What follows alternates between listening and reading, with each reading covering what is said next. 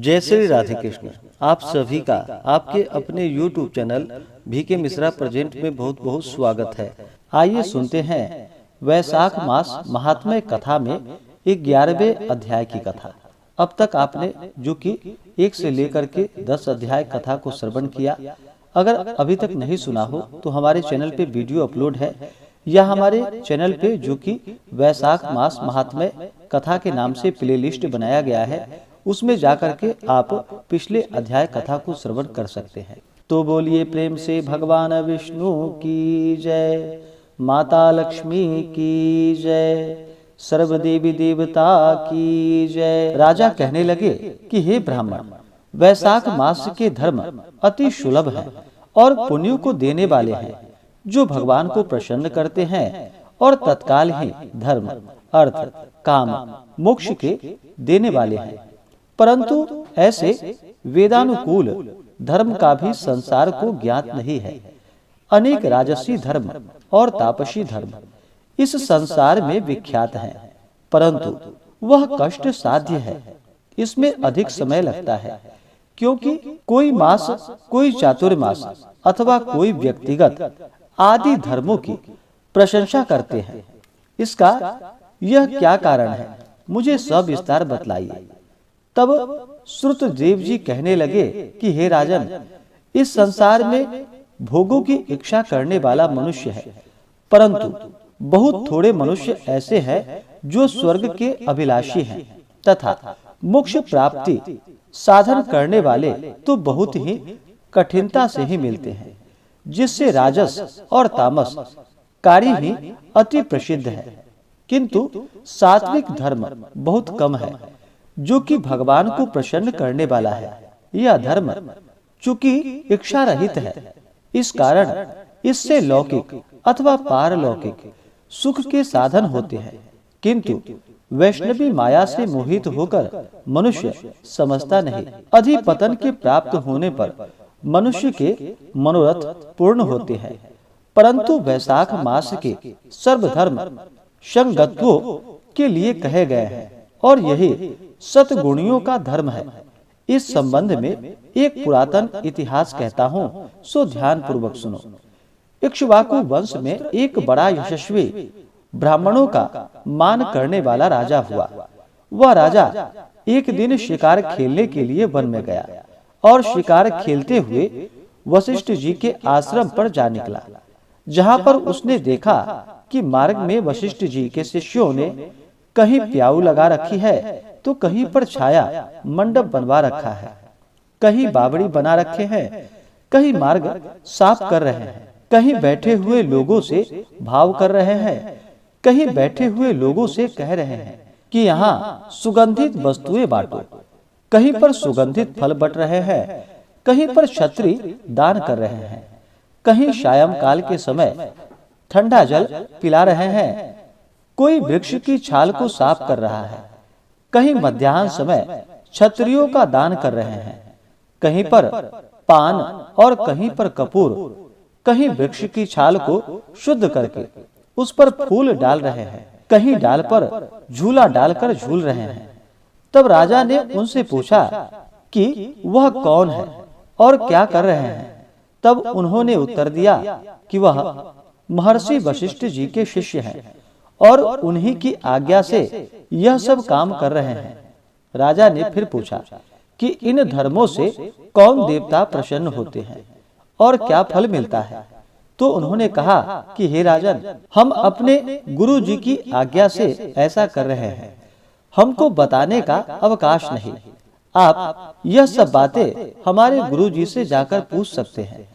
शिष्यों की बात सुनकर वह राजा संपूर्ण धर्मों के जानने वाले श्री वशिष्ठ जी के आश्रम में गया।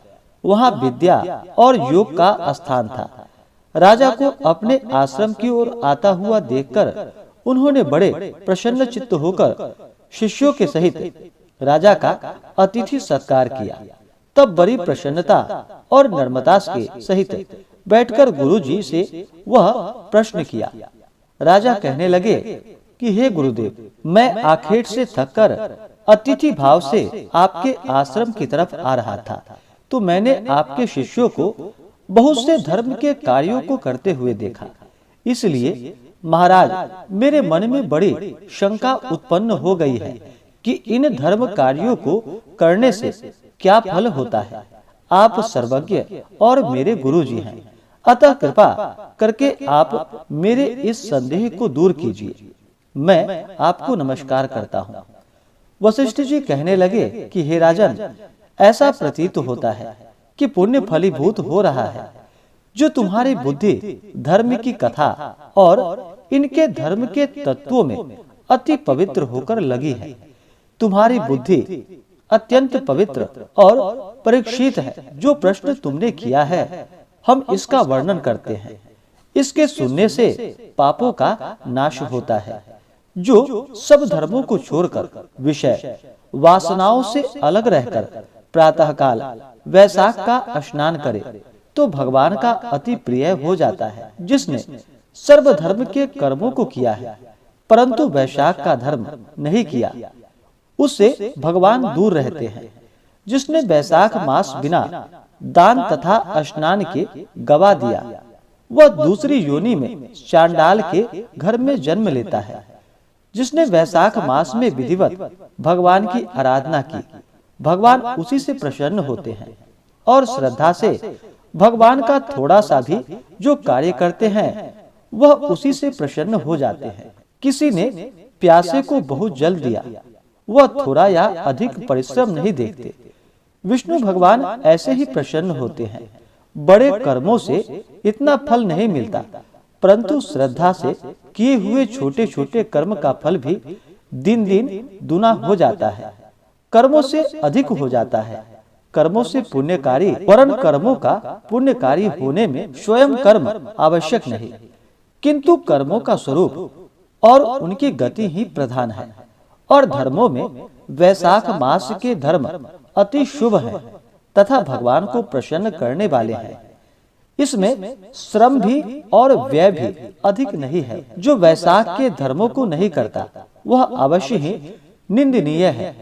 इस प्रकार ऋषि ने वैशाख मास के सब धर्म समझाए।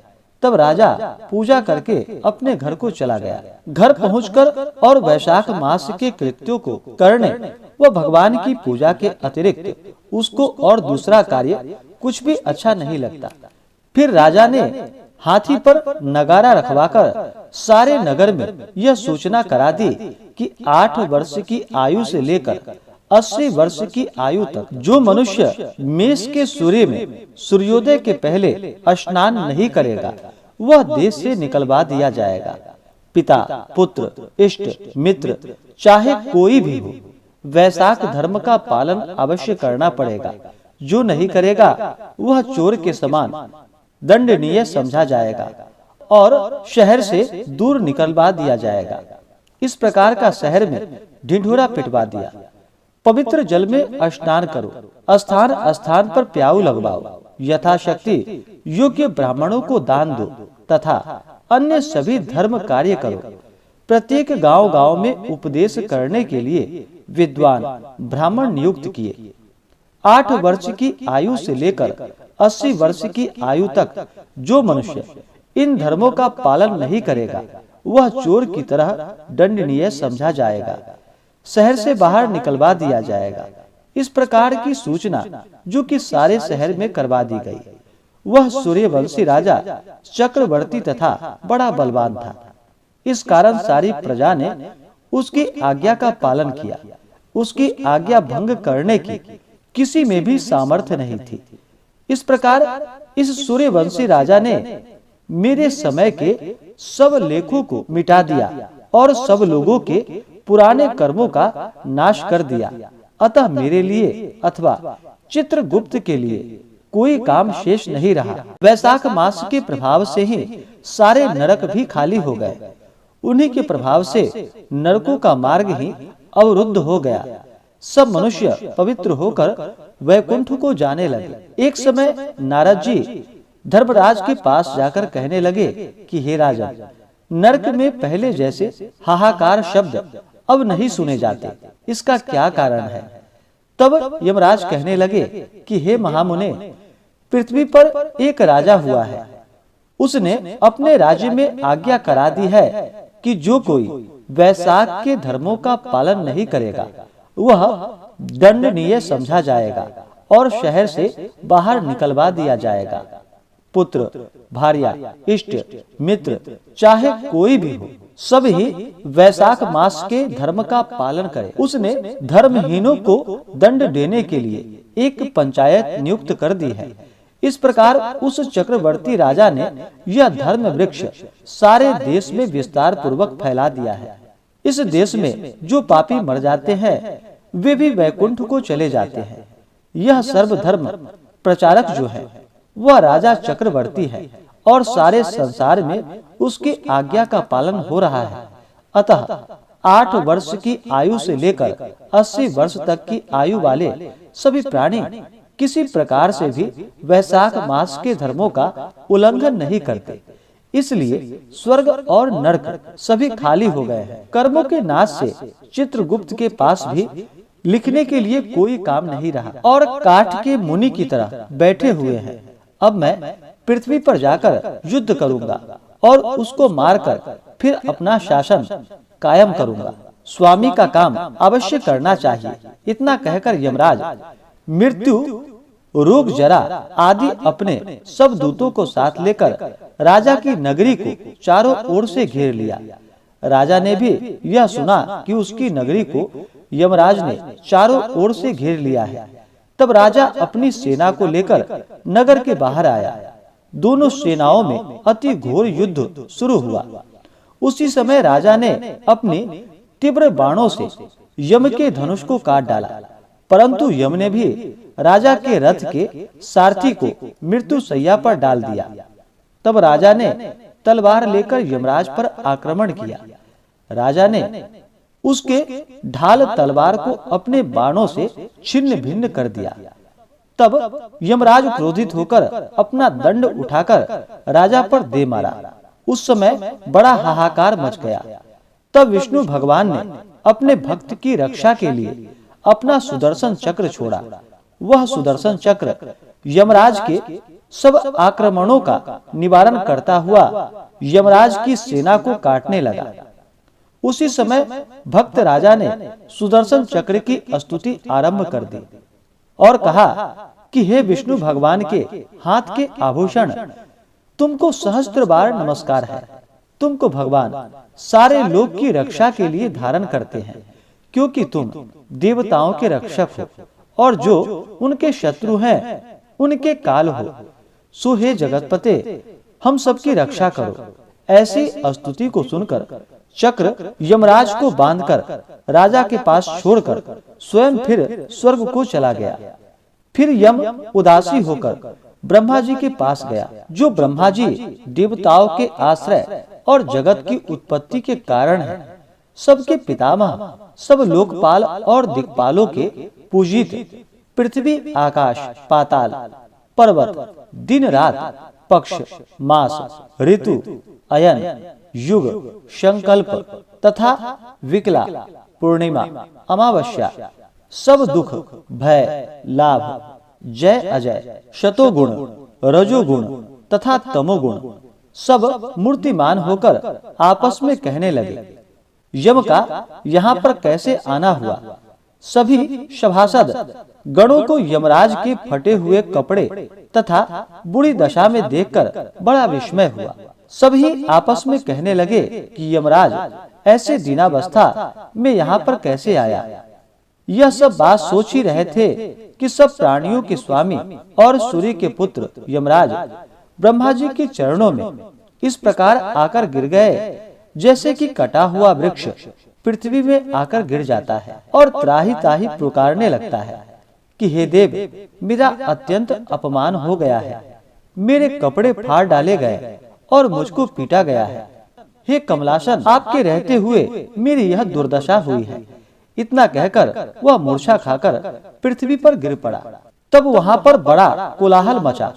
सब आपस में विचार करने लगे कि सबको खाने वाला, संत मनुष्यों को संताप देने वाला आप ही दुखी कैसे हो गए। तब पवन ने आकर सबकी वाणी रोक दी और अपने विशाल भुजाओं से यम को उठाया।